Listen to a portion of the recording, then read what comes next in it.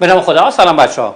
امروز ادامه مباحث هندسه پایه‌مون اختصاص دادیم به دایره که تو سال 11 ما موضوعاتش رو با هم دیگه مطالعه می‌کنیم و روابط رو با هم دیگه نگاه می‌کنیم. امروز رو می‌خوایم راجع به مباحث یادآوری و مرور مثلا روابط زاویه‌ای و همچنین روابط طولی توی دایره اختصاص بدیم و موضوعات رو به صورت هم مفهومی هم تستی یه بازبینی کنیم تا قشنگ تو ذهنمون بشینه که ان شاءالله جلسه بعد که وارد حل تستا میشیم خیلی بتونیم سریع‌تر باشیم. از اون سوالای حتمی کنکور هست همیشه مبحث دایره پایه که یک دو تا نکته رو بدونی حداقل پس سوالات آسون و متوسطش به راحتی میتونی بر بیای. بریم کار امروز با هم دنبال کنیم. سوال یکمون تو دایره نیا کنین. آقا میگه او پی 5 شاید دایره واحده، طول اندازه پی ای یعنی انیتونش چقدر؟ خب من باید یه سری روابط اندازه‌ای و طولی توی دایره میشناسم البته یادآوری کنیم برات و همچنین مباحث زاویه رو یه چرخی تو اینا با هم دیگه بذاریم بعد بیایم خراب شیم روی سوال شما چند یک. اولین گام توی دایره شناختن حواستون باشه مثل هندسه مثلا 3 که شما اونجا مقاطع مخطوطی میخوندید با معادله و اینا سر کار ندارین، بلکه تو سوالات ماده دایره میتونه از این هندسه پایه ها هم سوال بیاد دیگه، باید یه خورده آشنا باشید دیگه. الان داریم خاص خود هندسه پایه رو سوال میکنیم، یعنی فرای این که مثلا سوالات دایره رو از دید معادلهشون با هم دیگه مثلا حل کنیم. هندسه 3 داریم خاص دایره پایه رو بحث میکنیم. خب آقا روابط زاویه‌ای، مهمترین زاویه که شما توی دایره خوندین این زاویه بهش میگیم چی؟ میگیم مرکزی رو من بلدم. چی هستش؟ میگه آقا اینجا اگه مرکز باشه وصل کنی اینجا، وصل کنی اینجا، یک کمان برای من درست کنی، اندازه این زاویه آلفا چقدر؟ میگی نصف کمان روبرو یا خودی کمان روبرو، خودی کمان. این مدلی.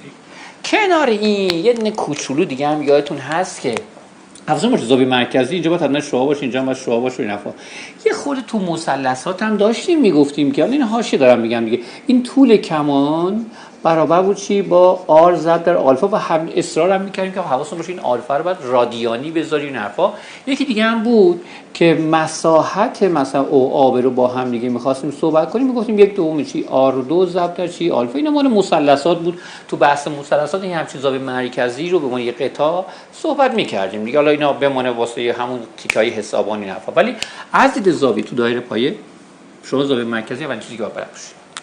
پشت بندش میریم سراغ چی؟ محاطی. یه نقطه شما روی اصطلاحاً زل داری، بعد دو تا وتر دارید اینجا این مدلی. اینجا مثلا اینجا زاویه حالا نقطه مثلا هر چی بذارم ام بذارم برای شما، اینجا کمان آب مثلا بذارم اینجا، میگم این زاویه چقدره؟ میگی زاویه که شما دارید راجعش صحبت میکنین نصف کمان چی هستش؟ روبرو. نصف کمان روبرو. مثلا این کمانی که اینجا شما صحبت میکنید 40 درجه، میگی نصفش میشه چی برای شما؟ 20 درجه. بعد 20 درجه بعد به اون زاویه مصرف میکنید. در 3 تا وضعیت که این دو تا شعاعش، دو تا ضلعش، دو تا وتر سازنده این زاویه این ور مرکز باشن، ممکنه یکیش اون ور مثلا خود مرکز باشه. اینجا بگیم دیگه خود مرکز اینجا باشه، بعد نقطه ام دوباره اینجا کمان آبه برای ساخته بشه. همین حرفو میزنیم. مرکز به تو وسط مسطا فرقی نمیکنه با حال من واقعیتش. مثلا شما نگاه کن اینجا مثلا مرکز بندازی، اینجا ام باشه، اینجا آ باشه، اینا ب باشه، دوباره همین حرفو میزنیم. یعنی زاویه محاطی که رأسش روی محیط دایره است، دو تا ضلعش وترهای سازنده دایره هستن، همیشه میگی نصف کمان روبروشه. توی این زمینه خوبه که شما یه چیزی رو اینجا یاد گرفته باشی. اینجا نگاه کنید، همینجا میکشه شما از اینجا وصل کنی به اینجا، یعنی مرکز وصل کرده باشی. خب این نصف کمان روبروشه، یعنی حتما کمان روش 2 آلفا بوده که شده این آلفا، پس این زاویه مرکزی حتما اینجا میگی چقدر هستش؟ میگی 2 آلفاست. این شکل هم داره، این جفتشون به یه جا دارن نگاه میکنن، یکی محاطیه یکی چی مرکزیه.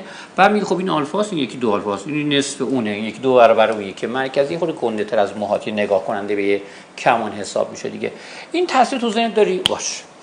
دومش یعنی بهتر بگم نکته بعدیش، بهتره شما یه قطر هم در نظر بگیری، اینم به عنوان یه حاشیه تو ذهن داشته باشی. یه قطر داره رسم کرده باشم، بعد شروع کنم اینا رو وصل کنم اینجا. آقا این زاویه ام شما الان میگی چند؟ میگی 90. چرا؟ میگه بالاخره محاطیه دیگه. میگم آره محاطیه دیگه. روبرو به مثلا قطر، پس نصف روبرو کمان روبروشه، کمان روبروش که 180 درجه است دیگه، میگی نصفش 90 درجه، پس اینجا باید 90 درجه باشه. آقا این جاشو عوض کن یه خورده، فرقی نمیکنه واقعیتش دیگه. بچه‌ها دیگه اینو فهمیدن داستانش. اینجا دوباره چند هستش؟ 90 درجه است. جاشو مثلا بذاریم نقطه ام رو بذاری اینجا، مثلا نقطه ام رو دوباره بذارم اینجا، وصل کنم اینا رو، شما دوباره میگی اینجا چی شده؟ میگی 90. پس این تصویر تو ذهن داشته باش. موهاتی رو به اصطلاح قطر هم دیدی، سری بزن تو فاز 90 درجه، یه مثلث قائم الزاویه داری، بعد نکات قائم الزاویه بعضا استفاده می‌کنی. پس اینجا حواس جمع باشم، زاویه ام و اینجا من زدم چند؟ 90 درجه. همون تو زیر شاخه موهاتی حساب میشه دیگه، جزء اون است. ولی این تصویرای اصطلاحاً جانبی زاویه موهاتی تو ذهن داشته باشی بدک نمیشه. تازه یک کار دیگه هم میخوام بکنم، مثلا تو این الان این موهاتیه جفت داره به نقطه آب نگاه میکنیم. خب میتونستم نقطه رو بذارم اینجا، نمیتونستم. میگی خب چرا؟ این دوباره ام همون داستانه، هیچ فرق نمیکنه، این دوتا با هم چی ان؟ یکسانن. یعنی وقتی موهاتی‌ها به یک کمان نگاه میکنن یه ضرب بگیر یکسان هستن و قال قضیه رو بکن. یکی دیگه نقطه ایمو بذارم کجا؟ خدا بذارم اینجا، مثلا نقطه اینجا اینجا بود، دوباره وصل کنی، اینم وصل کنی به این، درست دیگه. اینو من چپرچلاق وصل کنی، وصل کنی، دوباره یه زاویه وسط پیدا میشه. میگه آقا موهاتی هستن، هر سه تاشون هم به یک کمان دارن نگاه میکنن، با هم برابر هستن. این حرفا دیگه کلا دیگه. آقا داستان موهاتی تموم شد. بعد دیگه تصویرات تو ذهن بمونه خیلی خوب میشه. تا حالا فهمیدیم موهاتی نصف کمان چیه؟ روبروشه. فهمیدیم که میدونستیم، یادآوریش. زاویه بعدی که شما صحبت میکنی زاویه چی هستش؟ ضلیه. دامت ضله شنیدین که مثلا مستدام با سایه او، همون داستان رو اینجا هم داریم. حالا ضلی چیه؟ عزیزان اینجا دو تا مثلا شعاع سازندش وترهای اصطلاحاً دایره بودن.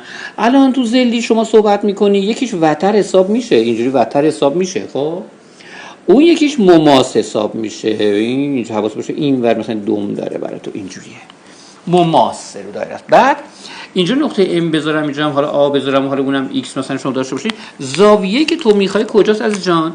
این تیمه، این آلفا رو میخوام. اینم نصف کمانه. روبرو حالا اثبات شما کار نداره، کلا از مرکزی که خارج میشم فلسفه نصف است. یعنی یا میگم نصف روبرو، اینجا میگم نصف رو، در آینده این نصفه های صحبت میکنیم. میگه آقا اینجا هم آلفا برابر است با کمان چی هستش؟ ام آی، نصفش مثلا تقسیم چی؟ کمان بذارم دیگه، کمان تقسیم چند تا، اینا قشنگ خوشگل بنویسم این مدل. آقا میشد مثلا این یه مدل دیگه هم رفت بشه. آره یکی دیگه بکشیم، مثلا ممکنه واقعا از مرکز رد شه، قطر رد شه، یعنی یکیش اینجوری وتر بشه، خب اون یکی مماس بشه. من دیگه حرف دیگه ای ندارم. شما این زاویه رو میگی چی هستش؟ یا مثلا این زاویه بالا رو میگی چی هست؟ میگی 90. میگم چرا؟ میگی چون ضلیه چون یکیش اصطلاحاً قطع میکنه دایره رو، یکیش مثلا چه وتره، یکیش مماسه. بعد میگه خب نصف کمان روبروش، الان کمان روبروش 180 درجه، تقسیم مردم میزنن چند؟ 90 درجه. بعد تو این وضعیت حواست باشه 90. یعنی داریم یه جورایی به تو آمار میدیم که آقا جان هر وقت یه قطری رد شد، شعاعی رد شد، مماسری حتما اونجا چی هستش؟ 90 درجه است دیگه، عمود دیگه حاشیه دیگه ما نداریم دیگه. این بحث ضلیل هم تو ذهن داشته باشی، ما از این نصفه ها مباحث زاویه ابتدایی رد میشیم. حالا یه خورده موضوع رو میبریم جلوتر، زاویه ها رو یه خورده پیچیده ترش میکنیم. چجوری ما یه زاویه‌ای بسازیم به اسم مثلا زاویه‌های داخلی. داخلی چیه؟ مثلا شما یه وتر اینجا داشته باشی، یه وتر دیگه هم این مدلی داشته باشی، یه دفعه این زاویه رو بخوای، مثلا این آلفا رو بخوای. یه زاویه‌ای داریم مثلا چی؟ خارجی، مثلا این مدلی اینجوری، این زاویه رو بخوام. خب تفاوت این دوتا چیه؟ تفاوت این دوتا که دوتا وتر داخلی دایره هم دیگه مثلا قطع کردن، این تقاطعشون بیرون دایره هست. این دوتا وتر. آیا با وتر بحث می‌کنیم؟ یه بار سر کسی که بگم وتر مگه تو مثل قائم الزاویه نیست؟ خود این اشتباه نکنیم. ما دو تا واژه وتر داریم. یکی این که آقا تو مثلث قائم الزاویه اون زاویه ذل بزرگه رو به 90 درجه رو میگیم چی؟ وتر، که اون خب میشناسیم. یه دم که آقا هر دو نقطه مثلا دایره رو به هم وصل کنی میگی یه وتره که امتدادش داره میره بیرون، همدیگه رو قطع میکنه. اینا رو اسمش رو میذاریم چی؟ من بهشون بگم زاویه خارجی. پس اینجا با هم دیگه بگیم اینا رو زاویه داخلی، بین من و شماست برای اینکه کدی داشته باشیم. اینجا رو میگیم آقا جان زاویه خارجی. این مدل زاویه داخلی رو راحت میشه اثبات کرد که نصفه. ببینید گفتم که اونجا بعد کلا نصفه میاد تو کار دیگه، نصف شده هاست. نصف این دو تا کمانش، مثلا اینجا کمان آ ب نمیدونم 3 د بذارم، میگین کمان آ ب رو کمانش رو با کمان 3 د چیکار کن؟ جمع کن، تقسیم بر 2 کن. اثباتش هم خیلی ساده است دیگه. مثلا حالت محاطی رسم می‌کنی، بعد شروع می‌کنی از بحث زاویه خارجی که مثلا جمع دو تا داخلی هست اینو اثبات می‌کنی دیگه. اینجا داستان چی میگه؟ میگه آقا اینجا هم بالاخره آ ب س د یه همچین کمانایی داری. خب من میگم این آلفا میشه کمان ب س منو کمان چی آ د، اینجوری. بعد دربند اسم نباشین لطفا. اونجا حالا نوشتم یه سری اسامی، دربند اسم نباشین. این دوتا این به کیا نگاه میکنه؟ جمع تقسیم بر دو. یعنی کد میذارم میگم آقا اینجا چی؟ جمع تقسیم بر چند دو. اینجوری می‌نویسم دیگه. اسمها رو ببرد تو ذهنت. مثلا که مگه تو سی سوالی اسامی فرق کنن دیگه. اینجا چی به جای اینکه این داستان بفهم میگم آقا حواست باشه تفاضل تقسیم بر دو. یعنی کمان زاویه به کی نگاه می‌کنیم؟ این کمان این کمان. میگم اینا رو منها کن. خب بزرگی منه کوچیکی می‌کنی تقسیم بر دو دیگه. این بحث زاویه خارجی بعضی موقع از امتدادشون میفته مثلا بیرون، مثلا یکیش مماس میشه. یعنی ممکنه تو این وضعیت هم رخ داده باشه. اینجوری خوشگلی ببریم اینجا این مودی مثلا مماسه نظر بگیرید لطفا. خب بازم شما دو تا کمان ایجاد کردی. این زاویه آلفا رو میخوام، همون داستان تفاضل تقسیم بر دو رو میزنی. یعنی مثلا اگه اینجا اس بذارم A B نمیدونم اینجا نقطه C بذاریم، میگه آقا زاویه آلفا برابر است با کمان BC. این کمان BC از این منهای کمان AC تقسیم بر چند دو. دوباره همون داستانه. اینجا زیرش می‌نویسم کلا تفاضل تقسیم بر چند دو. پس کلا تو بحث زاویه خارجی میگه تفاضل تقسیم بر چند دو دیگه. اصلا دیدگاهتونه. تو داخلی چی داری میگی؟ میگه آقا جمع تقسیم بر دو. دیدی تو این فیلم‌ها نگاه می‌کنی، فیلم ایرانی‌ها بعضیشون مثلا همه افراد داخلی مثبتن، همه خارجی‌ها منفی‌ان.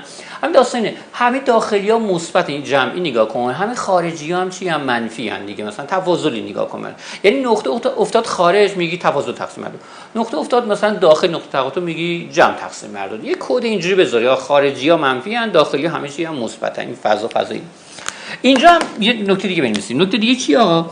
اگه اینا جفتش مماس شد چی؟ این مدلو اینم از اینجا ببرم بندازم اینجا، دو تا نقطه مماس شد. همون داستانو داری. هیچ فرق. تفاضل کیا؟ این مثلا این کمانه رو من یه اسم بگیرم، مثلا اسمش رو بگیرم ایگرگ، اینجا هم بگیرم ایکس. میگه اینجا هم دوباره کمان بیشتره میونه کمان کمتره تقسیم بر چند دو. البته اینجا یه چیز دیگه هم اضافه میشه گفت وقتی مماسه که آقا جان خود x به اضافه y کلا اصلا تقسیم دو چرا میگی 300 چند 360 درجه است. یه وقتی دی کار دیگه برداشت به جای y نوشت 360 منهای x، اونجا خواست آلفا حساب کنه 360 منهای x منهای x میشه چند 360 منهای 2x تقسیم بر دو. بعد تو یه جایی مثلا میبینی 180 منهای x میبینی، میگی این آلفا میشه 180 منهای ای برای سرعت کارا. اگه خب اینو بلدی که میمونه تو ذهنت حله. ولی خودم ترجیح میدم دوباره واژه چی رو به کار ببرم؟ تفاضل تقسیم بر دو. پس کلا تو مبحث زاویه مرکزی محاطی ظلی میشناسی، خارجی داخلی ها رو هم چیکار میکنی؟ کد میذاری میگه آقا جمع تقسیم بر دو تفاضل تقسیم بر دو. حالا اینجا داخلی که فقط یه حالت مثلا رخ داد و نشست کاری باشه نداشتیم. خارج میگی خب حالا یا جفت وترن، یکی وتره مثلا، یکی مماس، یکی قاطعه، یکی چی هستش مماسه. قاطع میدونی یعنی چی؟ یعنی دایره رو قطع میکنه. البته من یه خورده انتقاد دارم این واژهه، چرا این دایره رو قطع میکنه در دو نقطه، این چی این دایره رو قطع میکنه در اینم قطع میکنه، مثلا اینم یه حالت خاصی از قاطع هستش. حالا کتابش میگه مماس، ما میگیم مماس، ولی خودم میگم تو صحبتام میگم این وتر، این چی هستش مثلا خط مماسه، یا اینکه دو تاش هم مماسن. بالاخره نقطه تقاطع میفته خارج میگی تفاضل تقسیم بر دو. اینجا یه کوچولو حالت استثنایی هم نگاه 180 منهای میکنی قال قضیه رو میکنی دیگه بر خود دیگه. این تموم شد بحث زاویه است، اونم همیشه مبتدیانه دیگه.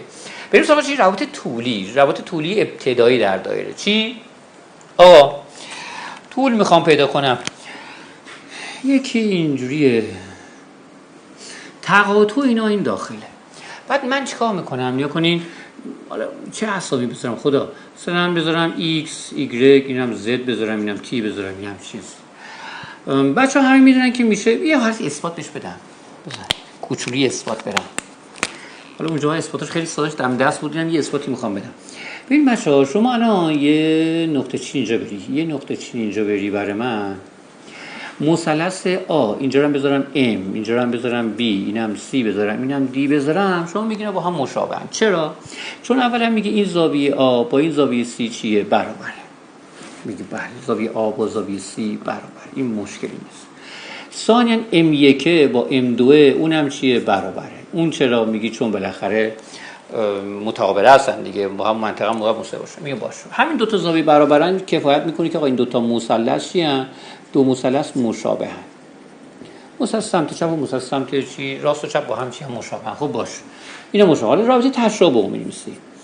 رابطه تشابه می‌نویسی از این مثلث سه تا زلش رو می‌نویسی. اینا کنیم مثلا اینجا AB رو می‌نویسم، یکی زیرش X می‌نویسم، یکی زیرش T می‌نویسم، همه رو نوشتم. حالا AB به کی نگاه می‌کرد؟ به M2. M2 اونور متناظرش چیه؟ M1. M1 به کی نگاه می‌کنه؟ CD رو می‌نویسی اینجا. خب خوبه دیگه، تا اینجا مثلا یه داستانی نوشتی دیگه. بیایم اینجا این زاویه A به T نگاه می‌کرد، متناسبش با این ور چیه؟ C که به کی نگاه؟ به Y نگاه. پس زیر T بعد Y بنویسم. اینم از این. اینجا بعد چی بنویسم برای تو؟ آقا از این مثلث سمت راستی CD و Y رو نمیشه، CD و Y رو نمیشه، فقط اون Z مونده که Z رو برات نوشتم. خب تموم شد. این ورجو بی خیال بچسب اینجا. اینو معمولا بچه‌ها میان طرف مسئله میکنن تو کتابای طرف میرسن چه آموزش، کمک آموزش، حتی کتاب درسی. اینو چجوری میبینه؟ میگه که آقا X در Y مساوی چی؟ ZT. اینجوری داره. خب چی شد؟ یه بار دیگه شکل رو بکن. اینا من پاک کنم یه همچین چیزی برای تو ببینم، یه بار دیگه ببینمش قشنگ. اینو X گذاشتی، اینو Y گذاشتی، اینو Z گذاشتی، اینو T گذاشتی، گفتی X Y Z T، یعنی معناش اینه. دترمینان مساوی با صفر. معناش اینه تقاطع دو تا نقطه این تو باشه، میگی دترمینان با صفر. دترمینان مساوی صفر چیه بابا؟ نه دیگه ابعادشو بنویس برای خودت. X مثلا چی برای این خط کلا X یکی چی داره، یکم Z T داری مثلا دیگه. البته جاشو برعکس می‌نویسم ها، اینجوری بعد بنویسم دیگه. کن X Y Z T به صورت این مدلی قشنگ X Z T Y اینجوری. دترمینان مساوی چند؟ صفر. بعد شروع کنید کرد.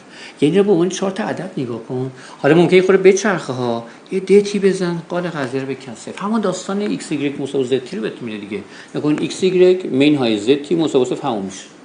پس دت مساوی صفر اینجا هم هست، آره اینجا هم هست. اینا مثل فقط مساوی صفر. حالا آقا ثابتی تقاطعشون اگه بیرون افتاد چی؟ چون داشتیم دیگه مثل اون فلسفه اونجا زاویه صحبت می‌کردین و تفاضل تصمیمات اینجا هم آره داره. ابعاد نیا کن. از این نقطه تو میسنجی. از این نقطه چی میگیم؟ میگیم X کلش رو میگیریم با ازتون چی؟ Y X Y کلش رو. حالا اینجا چی؟ اینو میگیرم باشه X Y، حالا Z اینجا رو میگیرم، کلش رو میگیرم چی؟ T. و دوباره همون فلسفه دت مساوی صفر رو میزنیم، فرق نمیکنه. این بازم میگی X Y یعنی جز کل مساوی جز کل. اینجوری حفظ باشه من حرفی ندارم. X Y مساوی Z خیلی منطقی تر و راحت تره، مثلا دترمینان اصلا بیخیالش. ولی بالاخره میخوام بگم که اینجا تفاوت با اونجا چیه. اونجا میگه آقا JJ مساوی با JJ، یعنی جز صحبت میکنی، جز در جز مساوی با همه. اینجا چه فرق داره؟ X Y مساوی Z میگه آقا اینجا جز کل رو میگی مساوی با جز کله، جز در کل مساوی با جز در کل. این تفاوتشون رو درک کن که یه وقت خدا نکرده تیکه تیکه حساب نکن. چون دیدیم تو سواله مثلا این یه تیکه رو به شما میده دفعه، من کلش تو این بحثه مثلا روابط طول لازم دارم. آقا میتونه یکیش مماس باشه، یکیش اینجوری تقاطع داشته باشه، فرقی نمیکنه. اینو بگیریم X روز با رنگ دیگه بزنیم. اینجا هم نقطه افتاده بیرون دیگه، درسته؟ جز کل باید بزنی. این جزش میگه X، کلش هم میگیم چی؟ Y. میگه X در Y مساوی. حالا این جزش تیه، کلش هم تیه، یعنی میگه تی دو دیگه، تی دو همون دنبال هندسی دوباره. X Y مساوی تی دو. ضرب دو کناری شد وسطی به توان دو. ضرب این جز کل مساوی چی؟ وسطی به توان دو. پس اینو میشم چی؟ جز کل دوباره مساوی با جز کل میشم. چی یاد گرفتیم؟ چیزی یاد گرفتم که آقا جان اگه نقطه تقاطع تو بود خواستی اثبات چیزی را بندازی که بحث توش نیست، مثلا این سبک اثبات این یکی رو هم چجوری اثبات می‌کنی؟ با همین فلسفه. یعنی مثلث تشکیل میدم، میگم مشابه هن، شروع می‌کنم رابطه تناسب‌وار نوشتن و خداحافظ. اما این بعد کد میذارم میگم با X Y مساوی Z T معنیش اینه که جز در جزش مساوی جز در جزش به شکل نقطه تقاطع اون داخل باشه، نقطه تقاطع افتاده باشه بیرون، چه جفتش وتر باشه که مماس باشه یکیش، میگی جز کل رو بعد بنویسی بیرونیا دیگه، بیرون اصطلاحاً دیگه. جز در کل همه چی یعنی نقطه همشون نقطه تقاطعشون میشه. میگی جز تا اینجا جز تا یعنی اولین نقطه تا مثلا برخورد با دایره، دوم نقطه تا برخورد با دایره رو با هم ضرب بعد اون یکم هم کار می‌کنیم. تو یکیش مماس باشه میگی دوباره همون فلسفه رو شما داری، هیچ بحثی هم با هم دیگه نداریم. یه نقطه حاشیه هم داشته باشیم، این پایین میکشمش، اگه دوربین بیاد یه نمور پایین آها اینو دیگه بلدی ولی خب میکشم شکلشو. اگه جفتش مماس شد چی آسابتی دیگه، جفتش مماس شد دیگه خداییش دیگه دانش آموز دیگه هر نوع نژادی باشه میفهمه چی به چیه. این تی باشه این هم تیه. دو تا ماس خارج دایره چی هم وصل میشن به دایره، مثلا با دایره نقطه تقاطع دارن میگه اندازه‌شون چیه برابرن. از هر نقطه مثلا خارج دایره دو ماس بر دایره میتوان رسم کرد که هم اندازه با هم هستن. میگه آقا تی دیگه منظورش دیگه اینجا دیگه حاشیه دیگه نمی‌بافیم دیگه.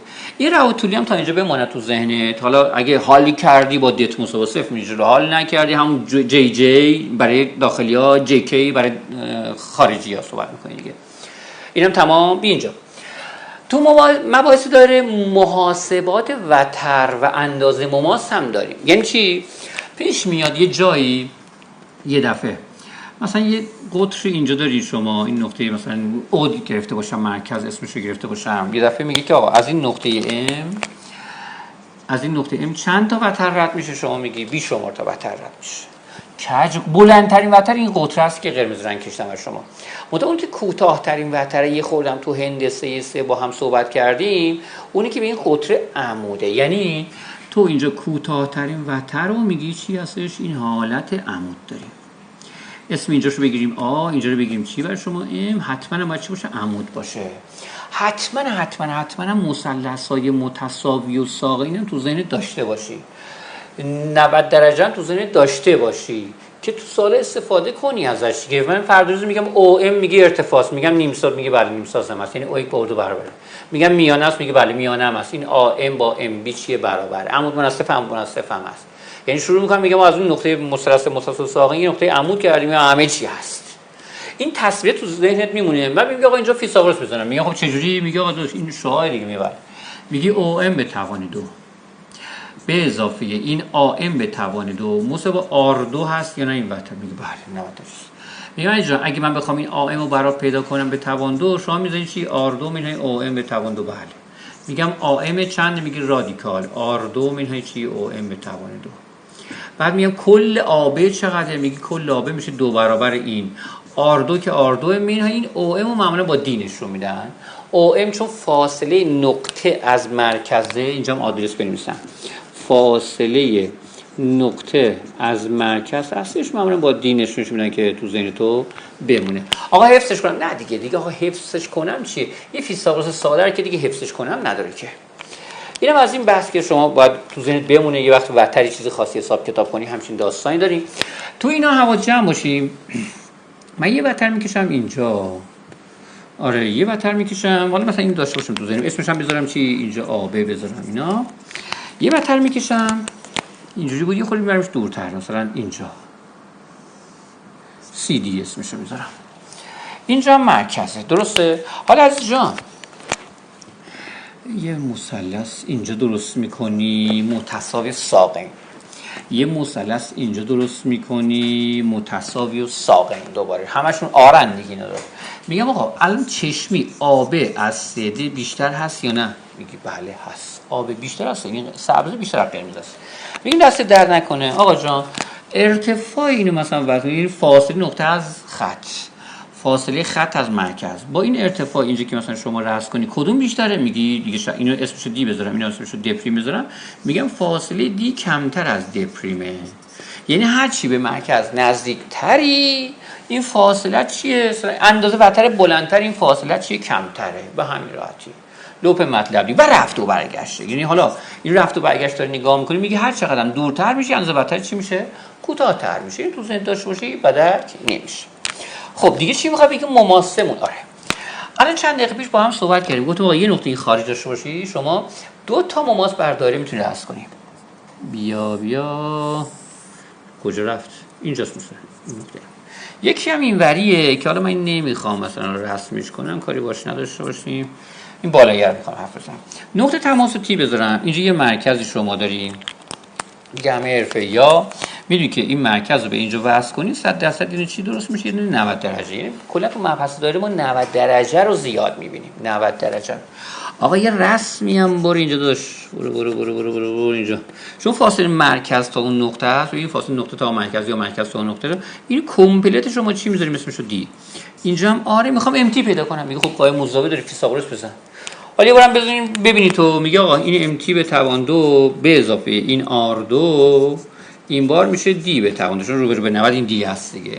و وقتی من امتی رو میخوام میگه رادیکال دی 2 مین های چی آر 2 توان 2 رو من اینجا بردار. این آر 2 مین دی 2 مین آر 2 خود متفاوته دیگه درسته. باید حواست باشه نقطه داخلشه یا نقطه خارجشه. منظورم خارجش کنه خب دی بیشتر میگه دی 2 مین آر 2 نقطه داخله خب داخله دیگه دی کمتره دیگه میگه آر 2 مین دی 2. ولی بالاخره این امتیه یه تیکه است مثل این دو تیکه نیست. تو مباحث انسان با هم یه کوچولو صحبت کرده بودیم گفتیم اندازه مماس میخواد پیدا کنیم نقطه در دایره اندازه وتر میخواد پیدا کنیم گفتیم دو تیکه است رادیکال نقطه در دایره اینا باید حواس جمع باشه که اینجا هم میبینین یه جوری خودش رو داره نشون میده اون همون مباحثی که توی هندسه 3 با هم دیگه صحبت کردیم اندازه دو تا قطعه مماس اینجا امتی بذارم اینجا اسمش ام تی پریم بذارم جفتشون با هم چی هستن برابرن اینم بنویسم ام تی مساوی ام تی پریم شاید یه جاهای زاویه بین دو تا مماس رو صحبت کرد یعنی بحث کشید به جایی که شما زاویه دو تا مماس رو می‌خواستین حرفا ما معمولا میگیم از زاویه دو تا مماس که این کله این نسبه رو حساب می‌کنیم بعد دو برابر می‌کنیم و تعبیر تو میدیم این نسبه رو اسمش رو می‌ذارم آلفا دوم یعنی کلش آلفاه من نوشتم آلفا دوم بعد از این آلفا دوم یه بیا مقابل نگاه کن شعاع داری معمولا دی هم داری یعنی وتر هم داری مقابل اینم وتر معمولا از سینوس استفاده میکنن از جا یعنی می‌نویسن آقا سینوس آلفا دوم مساوی ضلع مقابل که چی هست شعاع هست به ضلع چی وتر که دی هست اون حساب میکنی بعد میری بر من آلفا مثلا اینو پیدا میکنی جوابش میاد رادیکال 3 دوم همین چیزی میگه آلفا دوم مساوی نمیدونم 30 درجه است 60 درجه است این حرفا آلفا رو پشتبند این طریقه دو ضرب در نقطه چین اجرا میکنی یعنی کلید اینجاست که وقتی زاویه دو تا مماس خواست تو معمولا نمیگم حتما مثلا یه سوال هم داره دیگه یه وقتی می‌بینی سوال مثلا ام تی به شما اندازه‌شو داده تو میگه خب مقابل دارم اینجا هم مجاور دارم از تانژانت استفاده می‌کنی الان دارم میگم مقابل وتر داشته باشی سینوس استفاده کن بس به سبک سواله این ما از این استفاده می‌کنیم معمولا تو سوال‌ها به شرطی که زاویه چی رو از شما بخواد بنویسم یافتن زاویه دو تا مماس میگه خب از آلفا دوم حساب میشه بعد آلفا دوم که اینجا حساب شد دو برابر میکنم تا خود چی آلفا پیدا بشه